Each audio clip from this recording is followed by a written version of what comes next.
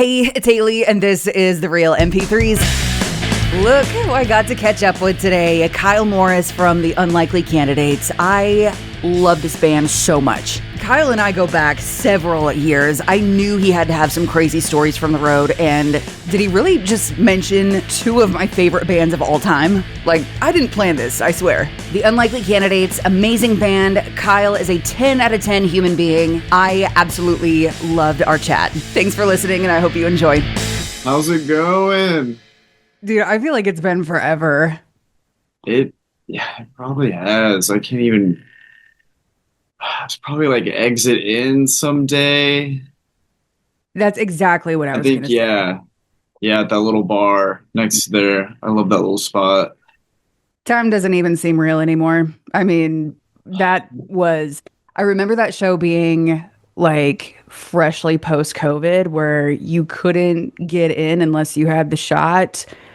But like you didn't have to wear a mask when the show was on, but then you had to put it on when you were going to the back, like one of that weird time. Like that's how long ago So this weird. was. That whole era just seems like a fever dream. It really is. It really is. But yeah, good to see you. I'm glad that we could at least catch up over Zoom. I appreciate your time, man. No, absolutely. Thank you for having me. What have you been up to besides putting out more bangers as usual? Just putting out more bangers, I guess. We spend most of our time. Um, Not really. We've just been hitting the road a lot, which is nice. Like, everyone's got kids. Well, not everybody. There's some kids kind of popping around the band now. So it's like we've slowed down touring a little bit. We got a new drummer, which is sick. He's awesome. But really just kind of getting this album together and just doing a little bit of touring for the most part. Is your drummer the one that split his finger open? Yeah. Yeah. He I was. saw that. I'm like, what? What It was happened? it was bad. We were in like a dark green room and there was a glass on the table. And usually there's no glass in green rooms. They keep it pretty like baby wrapped for all of us like musicians. So he put his hand down on the table and there was a glass there, and it split on his ring and then cut underneath the ring and it hit an artery. Oh my God. So like What? immediately he was like he's like, "Hey, I think I'm bleeding." I was like, "Oh, that sucks." And then he's like, "No, I think I'm bleeding." And like I was like, "Oh my God." And I was like, "Jared!" Jared's like band dad. So I was like, "Jared!" And he was like, "I can't feel my hand. I'm getting really cold." I'm like, "All right, this is Oh insane." no. It's like, Jared grabs him and they go to the hospital and he got stitched up while I like cleaned up this, like it looks like a murder scene. Oh And I was just like, the venue had never dealt with anything like this, so they were like mortified. They're like, "We don't even know what to do." I'm just like, you just mop it.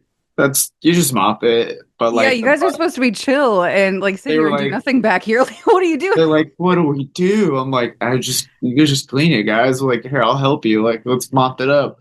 But yeah, so he cut an artery, and then we thought that maybe we were gonna have to get a new, like, just have a sub-in drummer for the like Colorado dates. But he played one-handed for the rest of the tour, That's sick. and That's badass. it was sick. He hated it because, like, you're not having a lot of fun when you're like, just I don't even know how he could do it, honestly, but he did it. It was really impressive, Yeah, he and he pulled like made a it Rick work. Allen. That's Yeah, amazing. Good for him. it Well, was that sucks. But rock and yeah, roll, right? exactly. Who would have thought it could be so dangerous? I'm just glad it wasn't me because my history of injuries. I've torn ligaments in both ankles and broke my foot. So I was like, maybe finally I'm passing off the bad luck. Unfortunately, you're Sorry, passing it on to your band members, but yeah, at sorry least it's with the not you. Josh. I am. I feel bad, but also I'm like, I spent 9 months on crutches. I've done my time. Oh God, that's the worst. What is that the worst injury that you've had? Uh, well, like at the top of one year, like I tore the ligaments in my ankle. And while I was recovering from that, we were playing a show with Sublime, and I guess my shoes were just bad, like after enough trauma to my feet. But all I did was jump up in the air and land, and like really didn't seem like a big deal. But I split the bone in my foot, and then played the rest of the show. And then went to the hospital, and I was like, "Oh God, this sucks." Because we had that Dirty Heads tour, because we had that song "Celebrate" with them, Hmm. in like 2 months. And apparently, the recovery on this specific part of your foot, because there's no blood that goes there, it's called a Jones fracture, is like 7 months. So that's where I got that peg leg. I got this thing called an eye walk that was just like you just put your knee into it, and then there's like a little peg leg with like a little rubber foot on it. So I played this whole tour with the Dirty Heads with the peg leg, which is very fitting because they're very like nautical, beachy band. So I was just kind of doing my pirate thing. Yeah, exactly. Well, I was gonna say, hopefully you have that on some kind, like as a trophy someplace in your house, because It's that's somewhere. iconic, really. It did me good, old Peggy. It just Yeah, my valiant steed. Yeah, yeah. We can't take you anywhere, can we? honestly, no. No, well, hey, it's good to catch up with you, and I appreciate your time. Like I said, so I started this podcast because being in radio forever and being in the industry for a long time, I have so many stories that I want to share, without going on Oh, long yeah. Facebook tangents or something like that. There's a lot of stories. I've been doing this forever, but the more I think about it, I'm like, I don't want to just like talk about myself the whole time because like surely there's a lot of people in, Nashville especially with so many stories and Oh, yeah. really the more people that I talk to, everybody's just super cool, because I feel like from the outside looking in, from like the fans' perspective, they're kind of like if they meet somebody like that they idolize, they're like, oh, he's actually really nice. I'm like, dude, everybody in this industry is nice. That's So very that's why nice. I kind of framed it around having like meeting our, favorite bands or artists or other people in Yeah. the industry that that we love them even more after, getting to meet them. So starting to It's open the cool. floor to other people in the industry or other bands and artists themselves. So I've got a good couple ones. I definitely do. I'm not the best at meeting other people that I think are dope. Like for some reason, I have that thing in me where I'm just like I get starstruck, and it doesn't make it. I know it doesn't make sense, but like it happens to me anyways, and I'm just like I like kind of freeze up a little bit. Like I saw like Connor Oberst from Bright Eyes at his bar. I think it's called Page Turners in Omaha. And like I saw him from across the bar, and I probably just looked like insane because I was just staring at him, like probably mildly shaking. And then I was like, all right, I'm gonna go say hi to him. And I walked right up to him, and then I just kept walking right to the bathroom. I was like, no, no, no, no, no, no, no, no. And then when I came out, I walked right by him again and left. I was like, ah, that was awesome. yeah, we really hit it off. I was like, that was cool. I saw him. I was so close. That's sick. There's Uh, some people that like I'm okay without meeting because I wouldn't whether like I wouldn't know the first thing to tell them yeah, or I don't know. I don't know how it's gonna be or whatever. But like there's 1,000 people I would make eye contact with, but only so many people that I would want to meet or have a conversation with because being starstruck is extremely real. And then I even get the same way too, where I'm like, so I'm like, it's ask him the gonna damn be question, hard. It's so easy to do that though. Because like you meet so many of these people, and like you have to interact with them. You have to get on that first like, and I mean you're professional, so it probably it's just the job to you at a certain point. But like I'm sure at a certain point you're like, oh my god, I'm talking to like Eddie Vedder, or like I'm talking to like this person, that person. And you're just like, this is absolutely bizarre. Like you said, everyone's really nice because deep down we're all little music nerds at heart, and we share that together. So like we're never that different, but like that's got to be strange. You talking to these like super huge musician people and just playing it off cool as a cucumber. That it's really exactly that. It's the art of playing it off cool when in the inside you are thinking, "Oh my God." That's what I I got to meet Alice Cooper back in September, and what I wanted to say was a solid 3 or 4 sentences of "Thank you for this, thank you for this. I'm Haley. I'm with this," and it came out. I'm.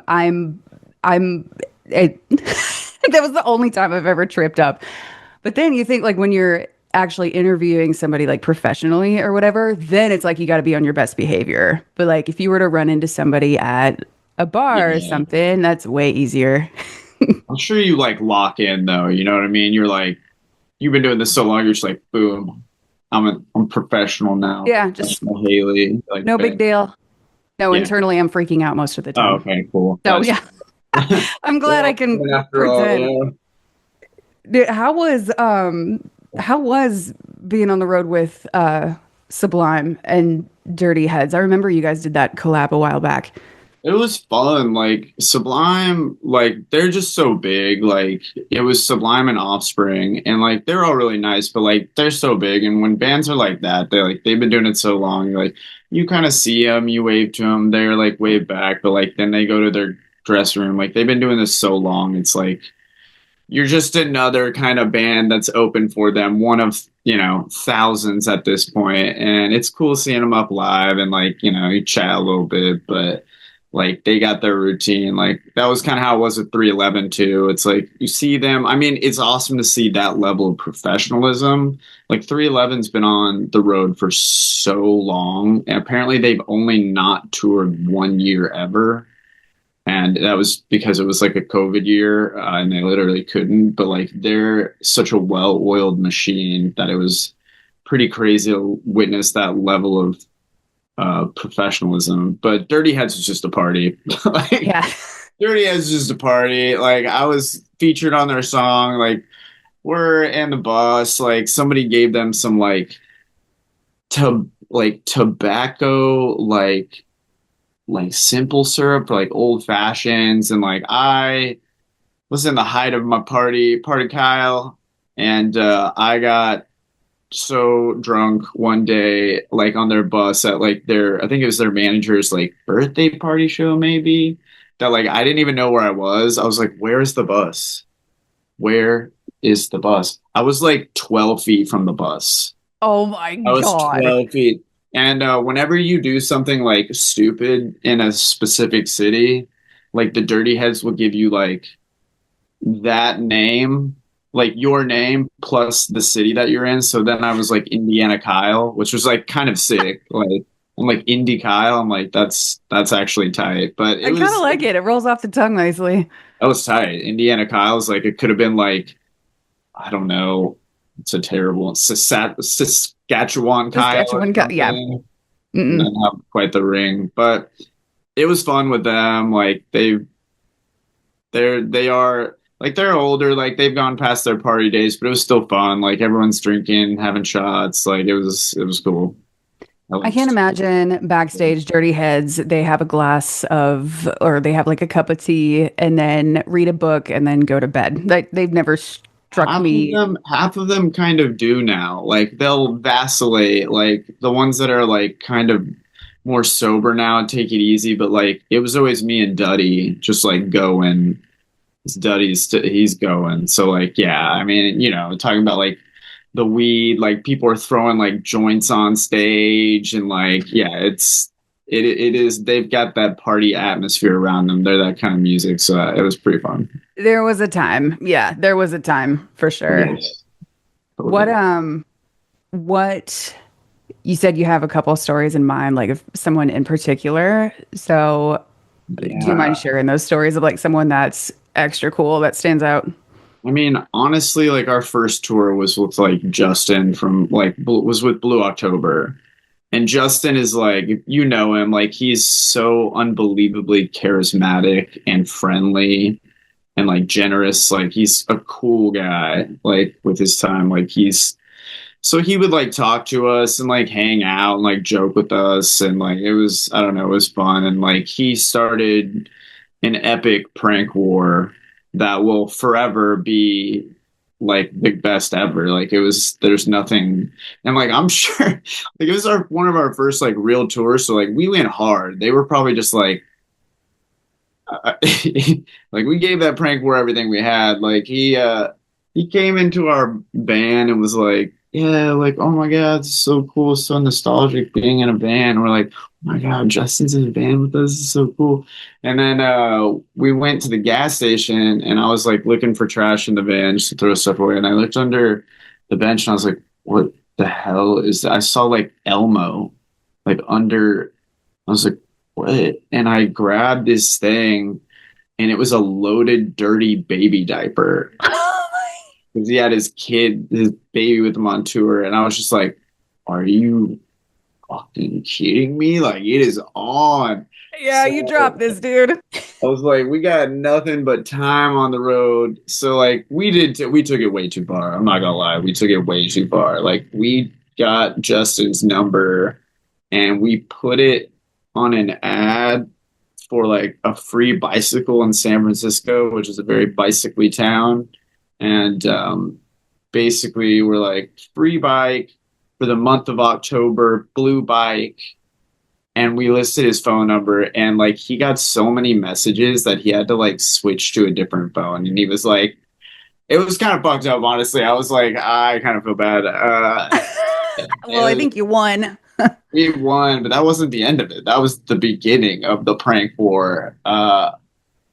And then, I mean, well, really, there was on the last day is when we went hard. Like we super glued all of their Sharpies to the table for their like signings. And then I don't know why we thought this was funny. Like this is almost like more of a prank on us than them. But like for their last song, we all wore like adult some of us wore adult diapers and like stood side stage, like eating bananas and stuff like that. Cause we're like, oh, call back to the diaper. And the rest of the band was like dying, but like Justin was locked in. He's like not paying attention. But and then we went outside and they had like saran wrapped our van and put like, peanut butter under the handles and stuff. So that was the great prank war TUC in Blue October. Man, when you said prank war, I thought you meant like, oh, we crashed the stage during their No, set and it's played a little prank on them. But no, this went hard. You guys went hard. it was a real deal. It set the standard for all prank wars, and like I've never reached that high. But yeah, I would like to believe that they probably also have not gone that hard or had that much heat brought against them. But it was a good story. That's All right, great. sorry, When did all Justin. this go down? This is our first tour. Like they were the first band that we went on tour with in like 2013. Oh man, you guys We were were, babies. we were, yeah, and they were just He's like they were awesome though. Like I couldn't yeah. imagine a better first band to go out with. Like super dope guys. I mean, he's an exceptional human being. Yeah, I've never met anybody like him, and everybody in the band is great and their crew. But I also heard that they are big on taking out like local bands on the road with them just to kind of give yeah, them their moment. And they're not, from what I understand anyway, they're not interested in like taking an up and coming band that someone suggested to them. Like they'll point out like, hey, we like you and we want you to go on tour with they us. do that. I think that's kind of cool. It is cool. Yeah, they do that a lot. Like the band. Yeah, like it's a lot of Austinites, which is cool because also like they both have studios. Um and like they have like young artists coming through them all the time. So like it's kind of cool that like they kind of sweep them up and kind of under their wings and help them out. They're good guys. It's very like them. Yeah. It's very like them. I wouldn't be surprised at all. That's some great guys. I love Yeah. running into them. Yeah.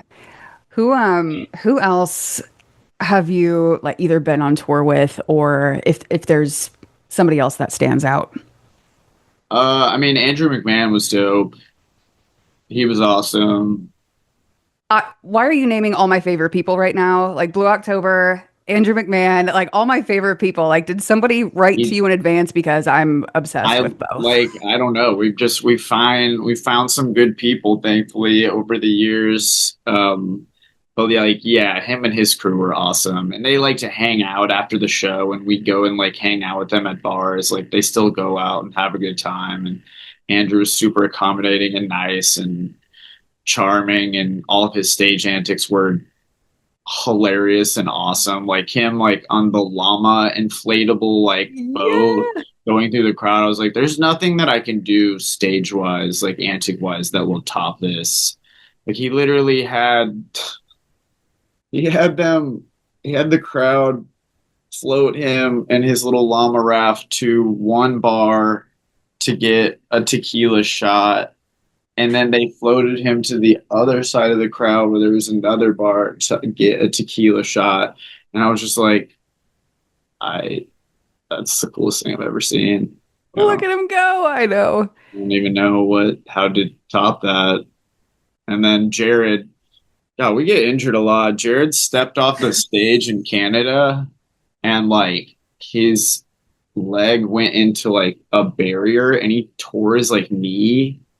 And like they were super nice and accommodating to us, and like they were all like, oh, I'm so sorry, like, they're sympathetic and gave us some free drinks and hung out.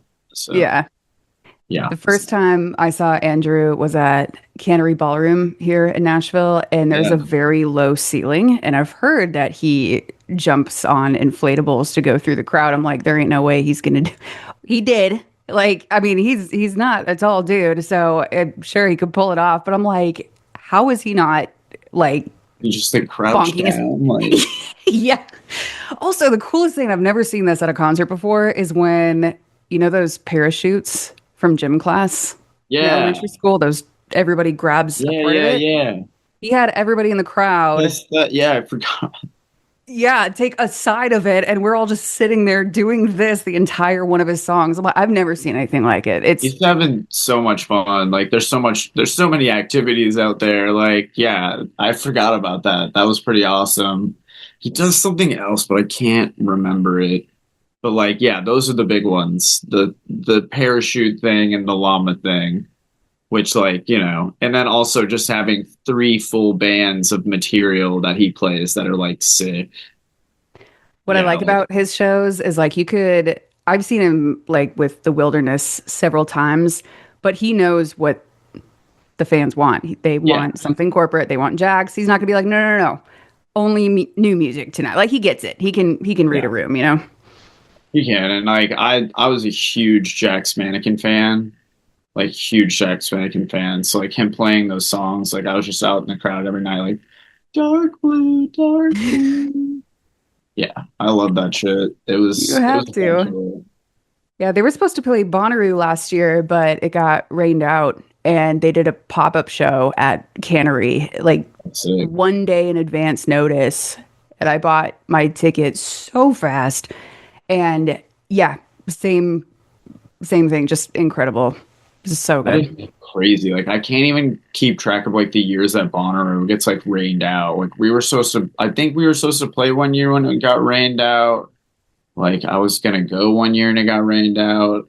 I guess it's just because like it's just a flat like grassland kind of, and Yeah. festivals love to get rained on. I don't remember the exact statistics, but I want to say out of the last 5 years, it's been canceled slash rained out 3 of those years, which is not good. No. I mean, one of those years was COVID, so you can't really blame that. But Yeah, the other ones, yeah, it could be sunny outside, but if it rains enough, the grounds get so it's so muddy. soaked. Yeah, hmm yeah. Which enough people that go to Bonnaroo and they're serious about it, they do not care. No, But not at all. They would be totally fine being dirty and in the mud. But I guess like it would just destroy the grounds or something, and it would take them a ton of money to re-grass it or whatever. It's whatever. yeah. So you've never been to Bonnaroo? We played twice. It was sick. Oh, okay. We were supposed to play three times, but I think that was COVID year, or maybe it was like a rain out year. but yeah, it was so much fun. Like one year that we played, like Elton John and Kanye were there, and I was sick. I saw Elton John with like 120,000 people. Everyone's like, got their lighters up, singing, Tiny Dancer. I'm like, this is like otherworldly. Hmm. And I don't know why, but I can't remember the other person who played, which is kind of bad, but probably indicative of how much fun we were having at Bonnaroo. That's fair. Yeah, but it was fun. Bonnaroo is a good time. It It is is. a I good love their time. backstage artist area. Hmm. It's dope. The first year that I went to Bonnaroo, it was a catastrophe because I've never camped ever, much less a music festival. Yeah. So I was going with the station. So we were in the back of the witch stage, like the second biggest stage. The thing that they didn't tell us is that the music stops on the witch stage at 4 o'clock in the morning, and our tent was like in the vendor artist camping area or media camping or whatever. Yeah. And so I had my little tent that could barely fit one person, and I had an air mattress that didn't know had a hole in it. So I woke up that morning like after 2 hours, and there were ants everywhere in my tent, and Oh, I had 2 hours of sleep, and I'm like, this is horrible. but, oh my God. but after a while, once you understand that it's like you ain't sleeping this weekend, especially not if you're gonna camp in this area. So it Embrace was the fine. Roo. Embrace the Roo. Exactly. We Exactly. we did one thing that was kind of funny in Bonnaroo. Like we stole a golf cart in the middle of the night, and there was just happened to be one in the lot that had its keys, and we're like, yeah, I'm gonna steal this. And we were just taking drunk people from the main area back to their camps. We're just ferrying random people, just like wasted with like a bottle of rum, just like driving around the camps. And like we brought this one lady back from her camp that was gonna like miss her flight. And we are just like running people around to like the far sides of the camp through the mud. And that was a special Bonnaroo moment. You know how many favors you did that night by doing that? Oh my God, Because yeah. the last Walk time, is crazy. it's crazy. Last time I went, this was forever ago. It was the year of who was there? Eminem, Muse, and the Killers. Those were the three headliners. And the one night, like we got there late one of the nights and we camped so far back. It was like a mile and a half just from our tent to the entrance of the festival grounds. Oh my So we got our steps in God. that weekend, but we found somebody on one of those golf carts and we said, can you just take us to our tent? They're like, yeah, it's $45. I'm like, $45. that's what I'm saying. I'm like, for, yeah, We only charge 30, so that's pretty good. yeah, that's pretty good. Insane. But yeah, it's a time.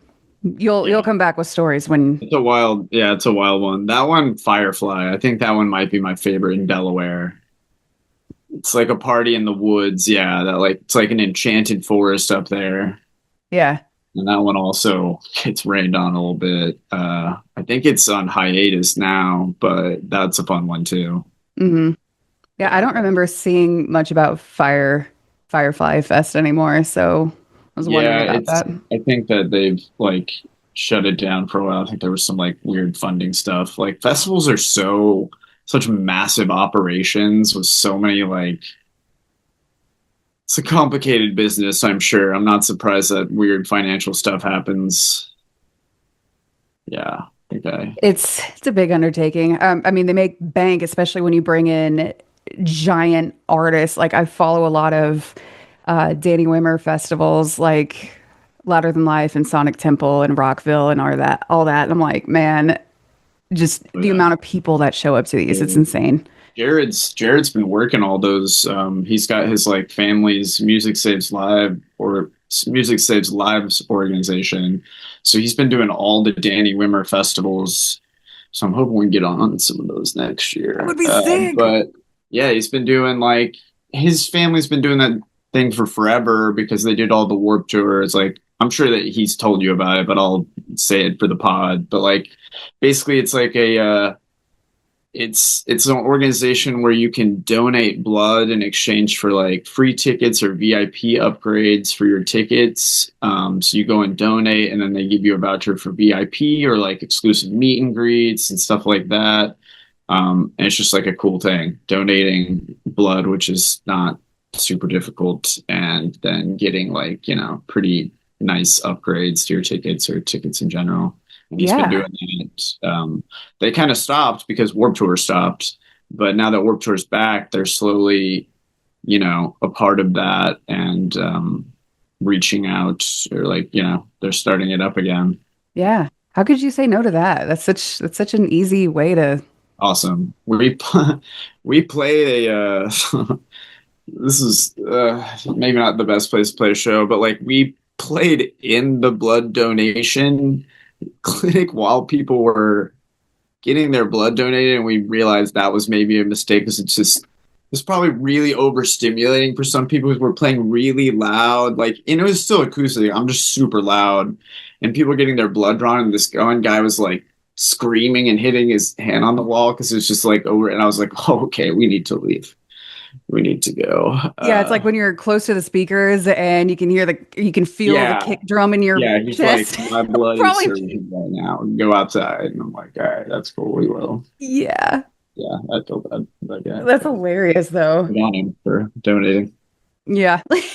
Well, that's a really good idea, and I hope we can land on some of those Danny Wimmer gigs. That would be awesome. Got some good ones.